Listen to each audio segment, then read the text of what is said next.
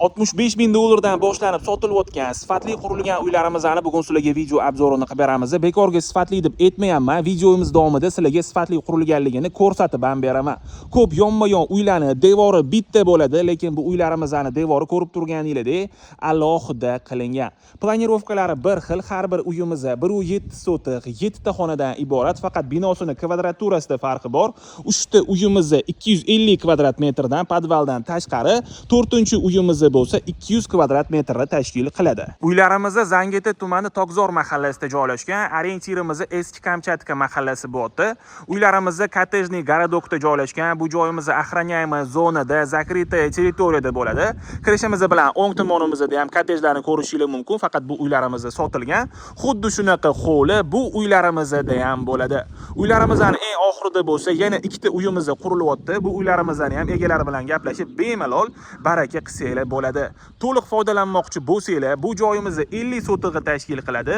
Sekin maydalab remont qilib sotmoqchi bo'lganlar ham bemalol murojaat qilsanglar bo'ladi. Gaz, svet, suv, kanalizatsiya, hamma kommunikatsiya mahalladan o'tgan. Hozir endi men sizlarga mana shu birinchi turgan uyimizni to'liq obzorini qilib berishga harakat qilaman. Binoyimizga kirishimiz bilan koridorimiz joylashgan. Bu yerdan podvalga tushsa bo'ladi. Binoyimizning 3dan 1 qismini tegi podvaldan iborat. Bu yerdan bo'lsa 2-qavatga chiqiladi. Междукомнатный g'ishlarimiz necha g'ish? Bu yerda 1 g'ish, 1,5 g'ish, xona va ko'cha orasidagi g'ishlarimiz necha g'ish? 2,5 g'ishcha tashkil qiladi. To'g'ri, hamma xonalarimizda ham bunaqa emas, lekin men eslolmayapman. Oxirgi marta qachon bunaqa uyga ko'rganimni. Sizlar eslayotgan bo'lsanglar, kommentariyada yozib qoldiringlar. Bu xonamiz zal bo'ladi. Bu xonamizning oynalari ham ko'chaga va ham hovliga qaragan. Ko'rib turganingizdek, panorama rom uchun mo'ljallangan. Bu devorimizni buzib tashaladi. O'shanda bu oynamiz to'liq ko'chaga qaragan bo'ladi. Binoyimizga kirishimiz bilan o'ng tomonimizda bo'lsa oshxonamiz joylashgan. Bu xonamizga ham panorama rom mo'ljallangan. Qavatlarimizning orasiga bo'lsa ko'rib turganingizdek plita ishlatilgan. Binolarimiz to'liq 100% pishgan g'ishtdan ko'tarilgan. Bu yerda spalnyamiz joylashgan. Bu xonamizning oynasi orqa hovliga qaragan. Bu yerda bo'lsa birinchi qavatimiz uchun sanuj-yo'limiz joylashgan. Orqa hovliga mana shu yo'l orqali chiqiladi. Orqa hovlimizning kirayi mana shu joydan bo'ladi.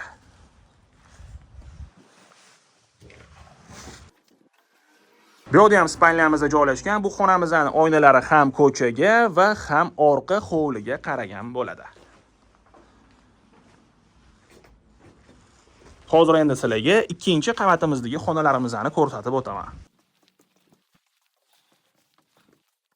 2-qavatga chiqishimiz bilan koridorimiz joylashgan. 2-qavatimizning o'zida 4 ta xonamiz joylashgan.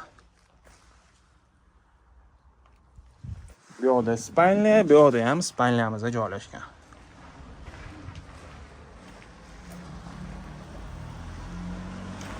Mahallamizning tepadan ko'rinishi. Patologimizga e'tibor berayotgan bo'lsanglar, taxtalar shunaqa akkuratni o'rnatilgan. Bu yerda ham bitta spalnyamiz joylashgan, lekin o'zingizlarning xohishingizga qarab zal qilib ham foydalansanglar bo'ladi. Bu yerda ham bitta xonamiz joylashgan.